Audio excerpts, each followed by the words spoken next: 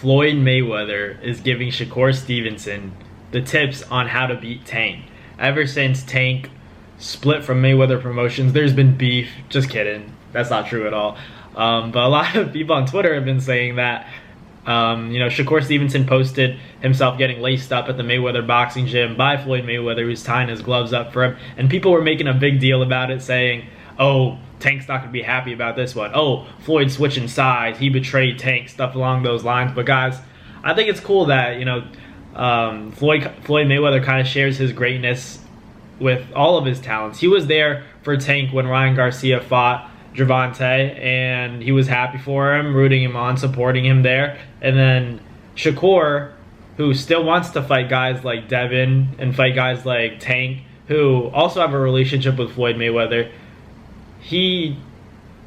Floyd puts that aside because he wants to share his greatness. He's willing to share his IQ with these younger fighters because he knows these younger fighters are the future of the sport, and I appreciate that from Floyd. I think that's very admirable from him to, be willing to help out because he doesn't have to do all that. Look at all, past fighters. They retired, rode off into the sunset, and you don't hear from them anymore. And there's knowledge that has to be passed on to the future, in my opinion. I think that everything Floyd has learned in terms of boxing, Shakur already has a very good feel for it. He understands the aspect of the sport of, you hit and then don't get hit.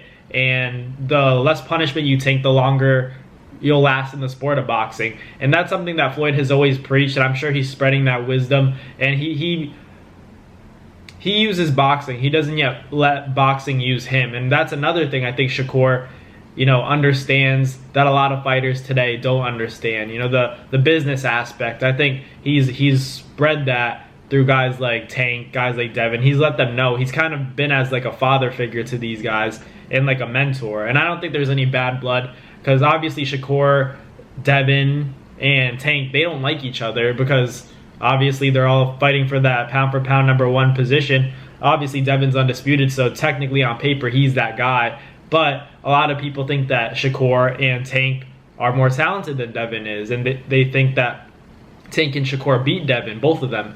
And I would agree. I'd give the edge to both guys, but Devin's never out of the picture in my opinion. I think especially moving to 140 and still keeping his titles, I feel like at 140 he's gonna have more success because people talk about power, but power also decreases as you have to, cut that much weight. I'm pretty sure Devin walks around at probably 170, 165 maybe, and losing that much weight isn't an easy cut for him at his build. He's a big lightweight, and now that he's going to 140, I think he has more room to play with from a food and nutritional standpoint. That's going to allow him to carry more power, have more thump, the thump that he needs to get respect from other, outside people in the sport, where they can look at him and say, okay, Devin Haney might be a problem. So I think that's what's missing from Devin is, really that power. I think once he carries that power and really devastates guys, he's a pop shotter. So you need a little bit more thump if you want to get to that next level, especially going into 140 and challenging a guy like Regis Prograis, who is a tremendous fighter, but he's accustomed to 140. I don't know how Devin's gonna fare jumping to a big shark at 140 as his first fight at the weight class. That's the only thing that I'm concerned about, but I think I probably still give the edge to Devin, but it's a close fight. That's a close fight in my opinion. I think Regis, he has the IQ. He's also a dog. You can't just judge him from his last performance. You have to go in there expecting, if you're Devin Haney, you have to go in there expecting that you're gonna get the best Regis Prograis on, the night of the fight.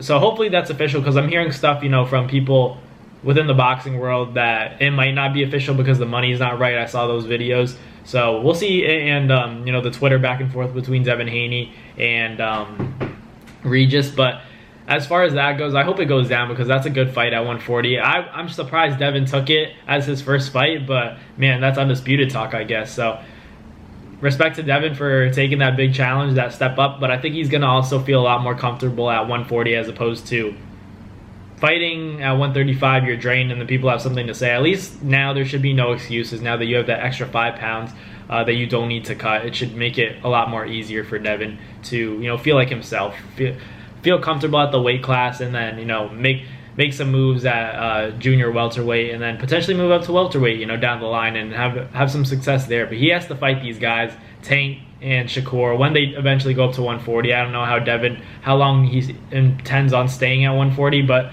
I think that's when he should get Shakur and Tank. That's when those fights should happen at 140. I think that's more realistic.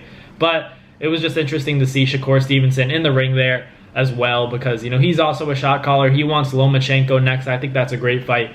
But it's all about timing, and I'm sure Floyd's telling him that, but I think they better get Shakur now, you know, guys like Devin, guys like Tank, because he's only going to get better. And so it was just interesting to see the Tank fans kind of going at the post that Shakur posted with Floyd Mayweather, you know, tying up his gloves, lacing him up. But I think it was just Floyd, you know, being a good mentor, spreading that intelligence and knowledge with, you know, the younger generation. And a guy like Shakur, who he knows, you know, he's known him since he was a kid, you know, in the Olympics. So I think that he's not going to want to, you know, mess anything up. If anything, Floyd's going to, you know, tell him what to do. He's going to give him the blueprint to how Floyd found so much success. So I think that's knowledge for Shakur to use, and I think it's going to be very beneficial to him. Not that he needs it, but it definitely isn't going to hurt him. It's going to benefit him a lot. So, you know, let me know in the comments what you guys thought of this post, and, you know, Tank fans reacting and saying, you know, oh, Tank's not going to like this, seeing, you know, Floyd Mayweather help Shakur, you know, at the Mayweather boxing gym. Let me know what you guys think, but thank you guys for watching. Like, comment, and subscribe, and I'll catch you guys next time. Peace. That's going to do it for another NASFIGHT Media video, guys. Thank you guys so much for watching. It's been your boy, Matt Nabong, with another video. Hope you guys enjoyed it all. Thank you guys for the constant support. Salute to y'all always. It's been your boy.